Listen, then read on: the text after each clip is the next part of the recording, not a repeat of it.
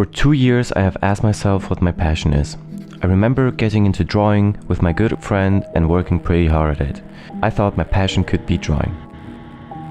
But then I heard that passion should feel effortless, and that was definitely not what I was feeling. So I concluded that drawing was not my passion, and I started focusing on the next big thing. Nowadays, I don't draw anymore. This flame was extinguished. I was lost. I've been searching for my passion for a long time now. The benefits that it promised were just too surreal. Something that helped you push through everything that's hard, gives you motivation and makes things effortless. I was searching for an easy solution to hard things.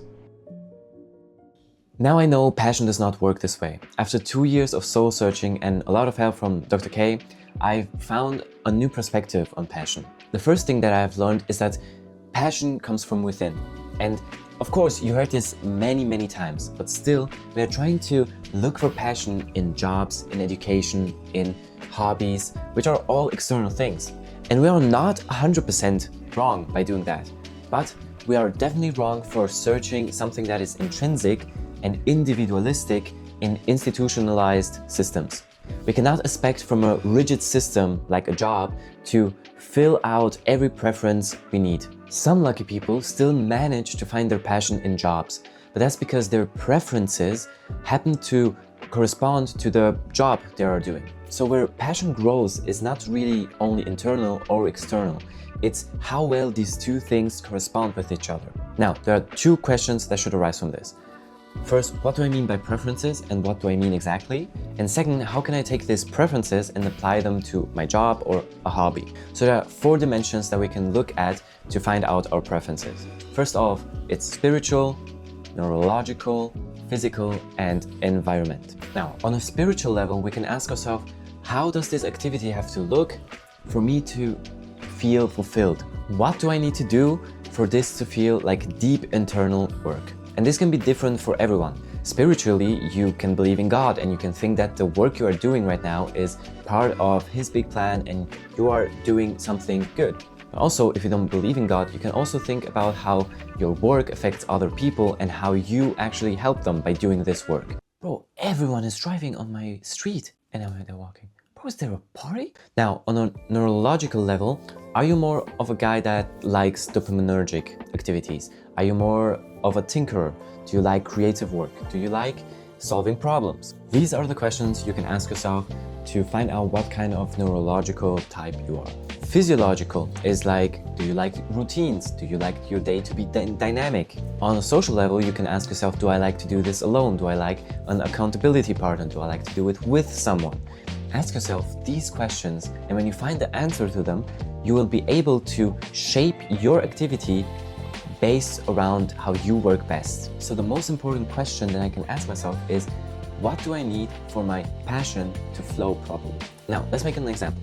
Let's go through all the questions and I'm gonna tell you how I've answered them. If you think you can do this alone, you can skip this part. So let's look at making videos, for example. For me personally, this is spiritually deep work because I like the idea that I'm a synthesizer and I take ideas and try to bring them to other people. This for me feels spiritually fulfilling. So neurologically, I'm definitely a problem solver. That's why when making YouTube videos, I like to structure everything. I have a system in place with many different steps. When a video does bad, then I'm trying to think, what can I improve on the system and what is the problem I'm trying to solve right now. This for me is what neurologically gives me the most pleasure, dopamine. This makes it enjoyable. Physiologically, I definitely like a more dynamic day structure. I cannot sit down for 8 hours and work on something, so I have to take that time, split it up into small blocks, and definitely alternate the blocks that I'm working on. Environmentally, I definitely like to do it with other people. That's why I have my best friend that also does social media. I didn't kind of get to implement them into my process, into my daily process. It's more of a, he's doing his own things, I'm doing my own thing. But I think that's something I can work towards in the future. That will definitely make it more pleasurable. So these are the aspects that I'm trying to take into everything I do. When I think about photography, I think about the same dimensions. So I'm trying to bring problem solving into photography. This way, I'm making the activity more easy, which feels more like passion. So if you take something from this video, then take the question, what do I need for my passion to flow properly? But before I end the video, I want to tell you 2 caveats that I think often hinder this process and this flow. First is we all have pressure from outside. For me, I was always a generalist. I like doing a lot of different stuff and I couldn't focus on one thing in particular. And I always thought, oh, that's bad, because that's what society tells me. It's bad. You should be a specialist. You should work in 10 years in the same field, and that's the work that you should do.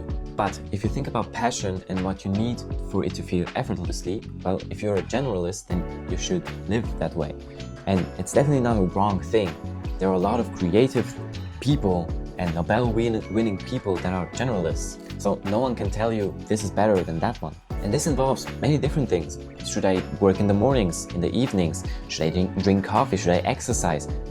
These are all things that not society should tell you, but you yourself have to know what you like more. So try to pay more attention to where this motivation comes from to change in a way. And the second thing is, when we're trying to find out our preferences, this needs a lot of internal attention. And that's a little bit of a problem because our attention is actually, most of the time, it's outwards.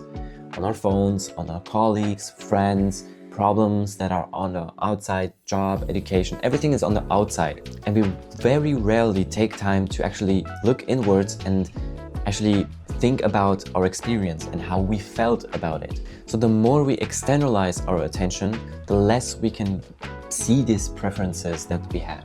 So try to take a little bit more time alone and reflect on your past and situation and feelings. So if you're still here, I hope you learned something from it and it was as big of a deal as I see it right now. With this, I think I can literally turn every activity that I'm doing into a passion. Maybe not everything, but a lot of activities.